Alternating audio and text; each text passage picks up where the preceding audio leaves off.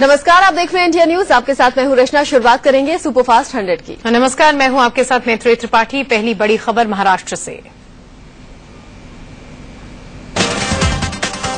महाराष्ट्र में बीजेपी शिवसेना के बीच सीटों के बंटवारे को लेकर पेच फंस गया है। गठबंधन में शामिल शिवसेना की 155 सीटों पर अड़ गई है। शिवसेना ने साफ कर दिया है कि वो 155 सीटों से कम पर नहीं मानेगी। बाकी दलों को उसने 18 सीटें देने की वकालत की है।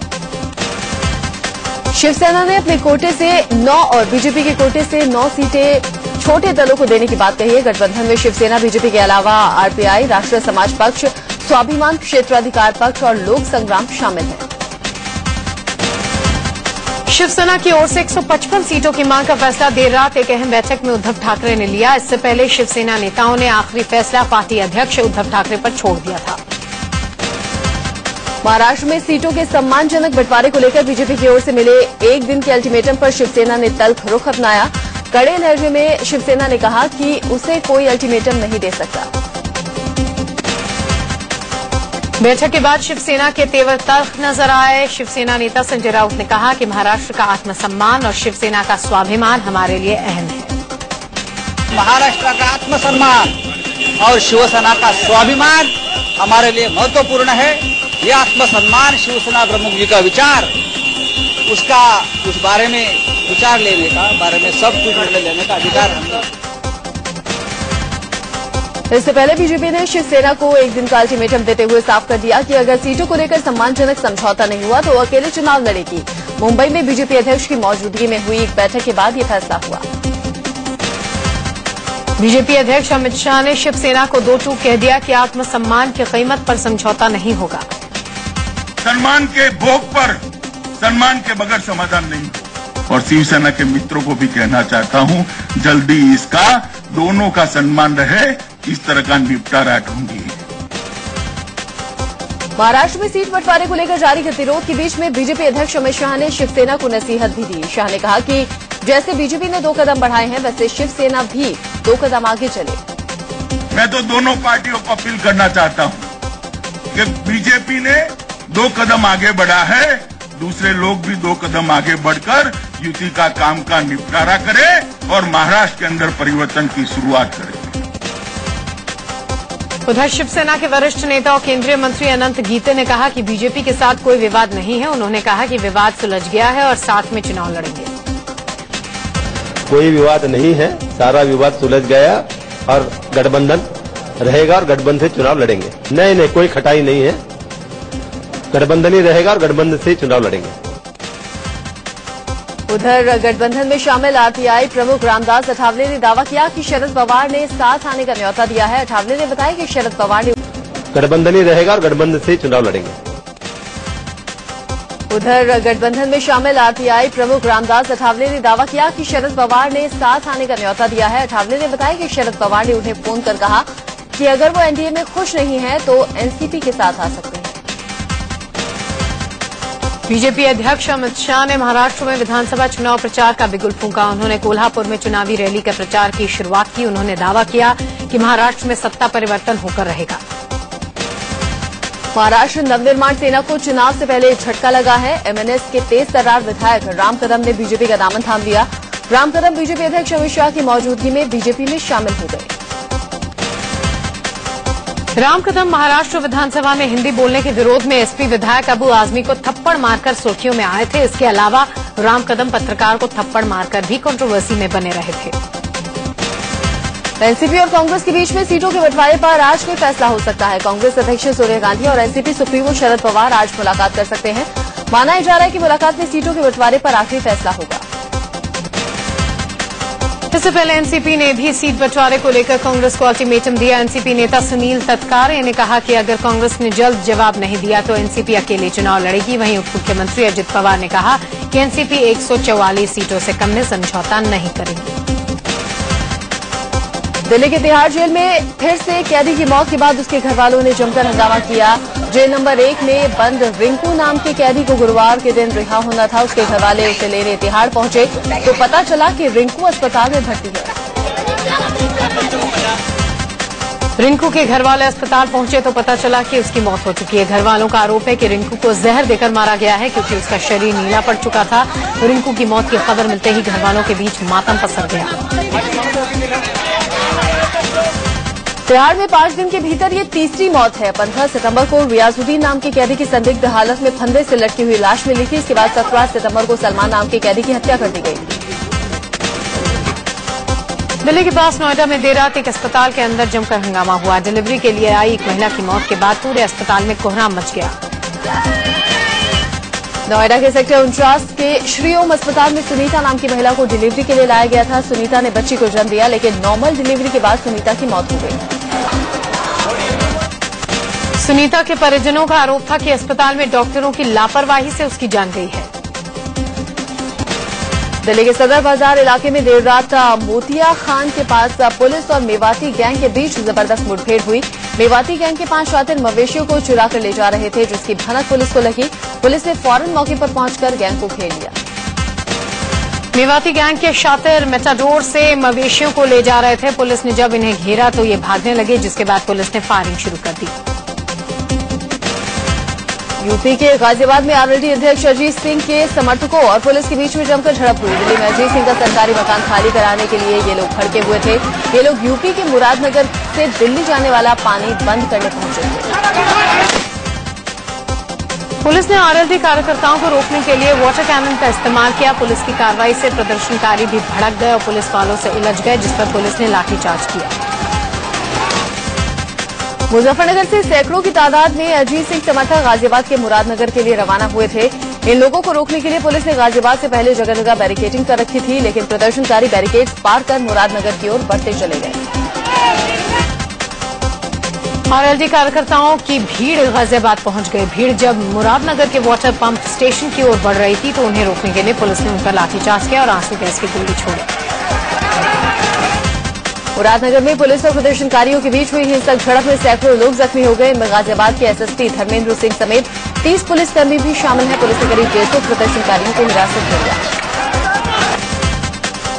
पुलिस की लाख कोशिशों के बावजूद प्रदर्शनकारी मुरादनगर के गंग नहर जा पहुंचे और उन्होंने दिल्ली को पानी सप्लाई करने वाला रेगुलेटर बंद कर दिया।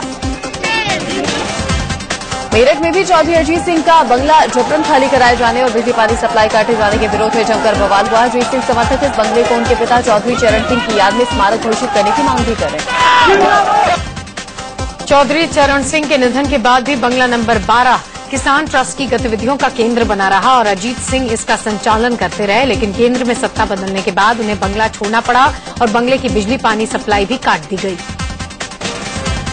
उधर कांग्रेस ने आरएलडी की मांग का समर्थन किया है। कांग्रेस ने पूर्व केंद्रीय मंत्री अजीत सिंह के 12 तुगलक रोड लेन के बंगले को मेमोरियल बनाने की मांग की है। मुंबई में लोकल ट्रेन ब्लास्ट मामले में मकोका कोर्ट आज फैसला सुना सकता है। इस मामले में सरकारी वकील ने 200 चश्मदीदों का बयान दर्ज कराया।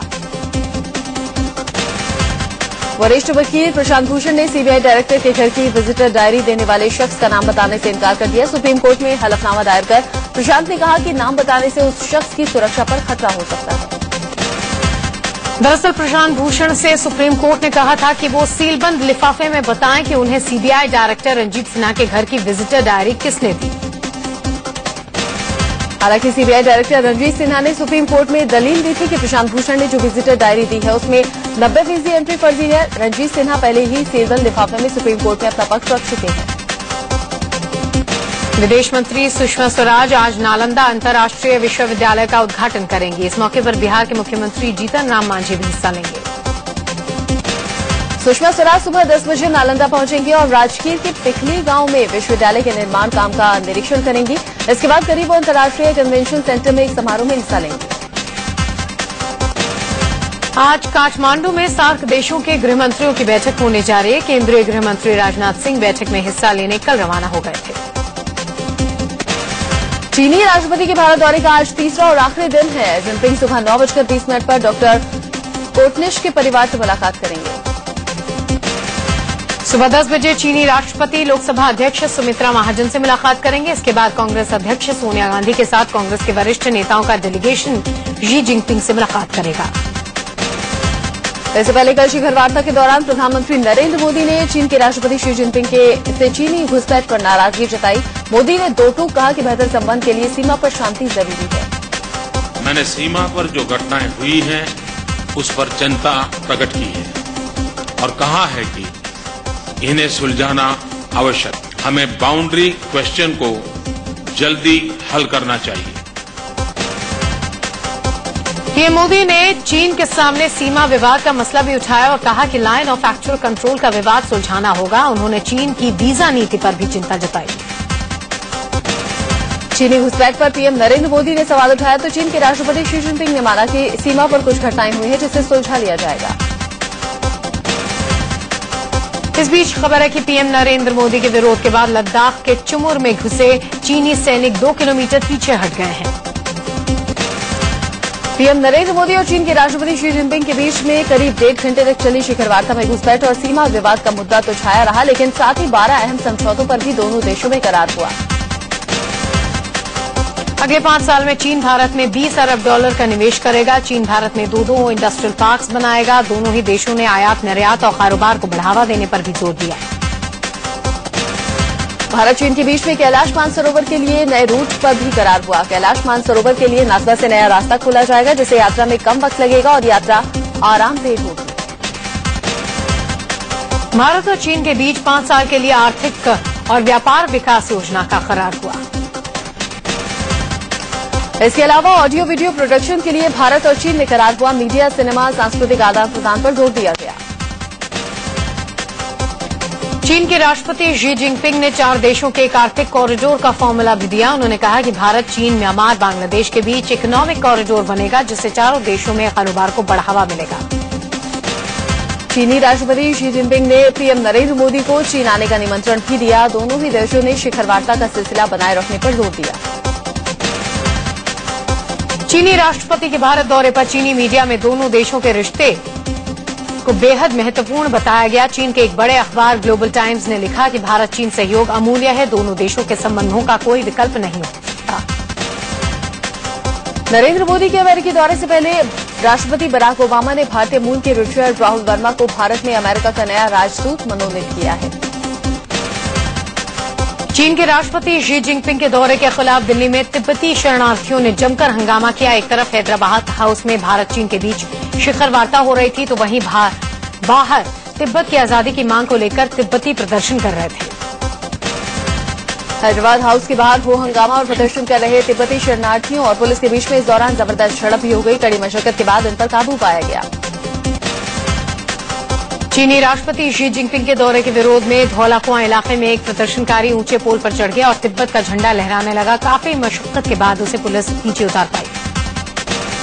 चीन के राष्ट्रपति शी जिनपिंग के खिलाफ होटल ताज पैलेस के बाहर भी तिब्बती शरणार्थियों ने प्रदर्शन किया। इससे ताज पैलेस होटल में चीनी राष्ट्रपति ठहरे हुए हैं। तिब्बती धर्मगुरु दलाई लामा ने कहा है कि चीन को भारत से सीखना चाहिए और तिब्बत की समस्या का समाधान निकालना चाहिए। मध्य प्रदेश के सिवनी में एक निर्दलीय विधायक दिनेश राय उर्फ मुनमुन ने एक कार्यक्रम के दौरान मंच पर पूर्व महिला सांसद नीता पटेरिया की साड़ी के पल्लू से सार्वजनिक रूप से हाथ पोंछ लिए। जब विधायक ने ये अजीबोगरीब हरकत की, उस समय नीता पटेरिया मंच पर विधायक के आगे खड़ी थी। इस हरकत पर मंच पर खड़े बाकी लोग हंसने लगे। मंच पर कृषि मंत्री गौरीशंकर बिसेन के साथ स्थानीय सांसद बोध सिंह भी मौजूद थे। बवाल बढ़ने पर विधायक ने सफाई देते हुए कहा कि भाभी से मजाक किया था, उन्हें हाथ नहीं लगाया। चीनी राष्ट्रपति का विरोध कानपुर में भी हुआ। यहाँ के कारोबारियों ने चीनी सामान की होली भी जलाई। इन लोगों का कहना है कि चीनी सामान की वजह से स्थानीय कारोबार प्रभावित होता है। तमिलनाडु में चेन्नई की एक अदालत ने मानहानि के एक मामले में बीजेपी नेता सुब्रमण्यम स्वामी को 30 अक्टूबर को कोर्ट के सामने पेश होने का समन जारी किया है। मानहानि का यह मामला मुख्यमंत्री जयललिता ने दर्ज करवाया है। भूमि अधिग्रहण कानून को लेकर राजस्थान में बवाल मच गया है। कानून लागू करने में लगी वसुंधरा सरकार और सामाजिक संगठनों में ठन गई है। सामाजिक कार्यकर्ता मेधा पाटकर की अगुवाई में कई संगठनों ने विधानसभा तक मार्च निकाला। सामाजिक संगठन राजस्थान की वसुंधरा सरकार से भूमि अधिग्रहण कानून वापस लेने की मांग कर रहे हैं। इसी मांग को लेकर विधानसभा के सामने प्रदर्शन हुआ। बढ़ते हैं यूपी के बाराबंकी में हुए एक लड़की के साथ गैंगरेप का मामला सामने आया है। आरोप है कि पड़ोस की महिला ने उसे बहाने से ले जाकर अपने एक रिश्तेदार को सौंप दिया, जहां पड़ोसी महिला के पति और रिश्तेदार ने लड़की से लगातार रेप किया। यूपी के बाराबंकी में जमीन विवाद को लेकर बीएसपी कार्यकर्ता की गोली मारकर हत्या कर दी गई। यूपी के अमरोहा में देर रात तीन वाहनों की जोरदार टक्कर में 5 लोगों की दर्दनाक मौत हो गई, जबकि लोग गंभीर रूप से जख्मी हो गए। कानपुर के बिठूर इलाके में तेज रफ्तार कार ने एक मासूम को टक्कर मार दी। टक्कर के बाद मासूम की मौके पर ही मौत हो गई। उत्तराखंड के रुड़की में छात्र की हत्या से गुस्सा है। सैकड़ों लोगों ने कोतवाली के सामने जाकर हंगामा किया। इस दौरान परिजनों की पुलिस अधिकारियों से जमकर बहस हो गई। सैनिक कॉलोनी में रहने वाले अभिषेक नाम के छात्र की हत्या का आरोप उसी के दोस्तों पर लगा है। आरोपी की मोबाइल के चक्कर में दोनों आरोपियों ने अभिषेक की हत्या कर दी। हरियाणा के फरीदाबाद में मां बेटों की दिलेरी से लूट की कोशिश नाकाम हो गई। दिन दहाड़े घर में घुसे 2 हथियारबंद लुटेरों ने घर की मालकिन और उसके 2 बेटों पर पिस्तौल तान दी, लेकिन ये लोग लुटेरों से भिड़ गए और दोनों बदमाश पकड़ लिए गए। यूपी के बहराइच में पुलिस ने रोजगार सेवकों पर जमकर लाठियां बरसाई। ये लोग 1.5 साल से रुके हुए वेतन की मांग को लेकर प्रदर्शन कर रहे थे। नोएडा के सेक्टर 62 में जेएसएस कॉलेज के गर्ल्स हॉस्टल के वॉशरूम में कैमरा लगे होने का मामला सामने आने के बाद छात्र छात्राओं ने हंगामा किया। टॉयलेट में स्पाई कैम देखकर छात्राएं हैरान रह गई। छात्राओं ने कॉलेज प्रशासन पर वीडियो क्लिप बनाने का आरोप लगाया। दिल्ली के आनंद विहार में ह्यूमन ट्रैफिकिंग के मामले में पुलिस ने 3 लोगों को गिरफ्तार कर लिया। मध्य प्रदेश के रतलाम में कई स्कूली बच्चे स्कूल की सफाई करते हुए दिखे। एक तरफ मध्य प्रदेश के स्कूल में बच्चे झाड़ू पोछा कर रहे हैं, तो दूसरी तरफ सूबे के शिक्षा मंत्री इसे जायज ठहरा रहे हैं। वर्ल्ड रैंकिंग के दिल्ली विश्वविद्यालय को नंबर 1 यूनिवर्सिटी का दर्जा दिया गया है। डीयू के बाद यूनिवर्सिटी ऑफ मुंबई दूसरे, यूनिवर्सिटी ऑफ कोलकाता तीसरे, जबकि बनारस हिंदू विश्वविद्यालय चौथे पायदान पर है। धनबाद में एक नींव की खुदाई के दौरान 150 मुगल कालीन चांदी के सिक्के मिले, जिसे मजदूरों ने आपस में बांट लिया। आगरा में होने वाली रामलीला में इस बार शाहरुख खान सीता का रोल निभाएंगे।